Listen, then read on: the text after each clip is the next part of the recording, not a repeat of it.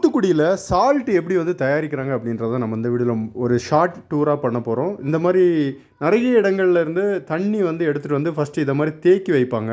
இது தேக்கி வச்சு அந்த டிகிரி டெம்பரேச்சர் மாறும்போது ஒவ்வொரு இடத்துக்கும் அதை இடம் மாற்றி லாஸ்ட்டில் இந்த இடத்துல தான் வந்து சால்ட் அப்படின்றது உற்பத்தி ஆகும். இப்போ பார்த்தீங்கன்னா தெரியும், சின்ன சின்ன சால்ட்டாக அது உருவாக்கி இருக்கிறத ஒவ்வொரு இடங்களையும் அது வந்து வேறு வேறு மாதிரி இருக்கும். இங்கே பார்த்தீங்கன்னா இன்னும் கொஞ்சம் அது விளைச்சல் அதிகமாகிடுச்சு.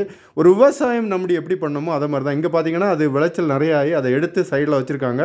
அதுக்கப்புறம் இங்கே இப்படி வச்சுருக்க சால்ட்டை எல்லாமே எடுத்துகிட்டு போய் இதை மாதிரி குடோன்களில் அடைச்சி வைப்பாங்க ஆக்சுவலி. ஸோ இங்கேருந்து நீங்கள் பார்த்தீங்கன்னா தெரியும், எவ்வளோ ஒரு சால்ட்டு மலையை நீங்கள் இங்கே பார்க்கலாம். ஒரு பிரம்மாண்டமான சால்ட்டு கோபுரம் வந்து இங்கே நிறையா வச்சுருக்காங்க. ஸோ இதெல்லாம் நம்ம பார்த்துட்டு அந்த பேக்கிங் எப்படின்றது எப்படி பண்ணுறாங்க அப்படின்றத நம்ம பார்க்க போயிருந்தோம். ஆக்சுவலி நீங்கள் இங்கே பார்த்தீங்கன்னா தெரியும், இவங்க எல்லாமே வந்து அதை வந்து அதை கேஜாலாம் நெருக்க முடியாது. அந்த இதுலேருந்து சிப்பில் அள்ளி போடுறது ஒரு கேஜ் அந்த மாதிரி ஒரு கணக்கில் அதை எடுத்து இந்த மாதிரி பேக் பண்ணுறாங்க. இதை பேக் பண்ணி வச்சுருக்கதை நீங்கள் பார்க்கலாம். இது வந்து ஒரு சின்ன பிராண்டு தான், லோக்கல் பிராண்டுன்னு நினைக்கிறேன், எனக்கு சரியாக தெரில.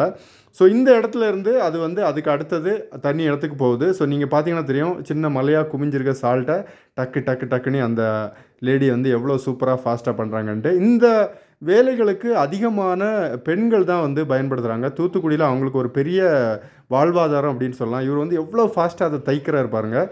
அதை வந்து லாஸ்ட்டில் இதை மாதிரி பேக் பண்ணி அதை தச்சு அப்புறம் உள்ளே வச்சு அதுக்கப்புறம் இதை வந்து வேறு இடங்களுக்கு எடுத்துகிட்டு போகிறாங்க.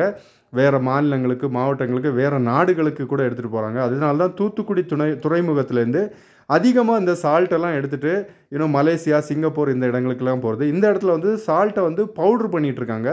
அதையும் பேக் பண்ணி எடுத்துகிட்டு போவாங்க. ஸோ இதுதான் வந்து ஒரு சூப்பராக ஒரு டூர்.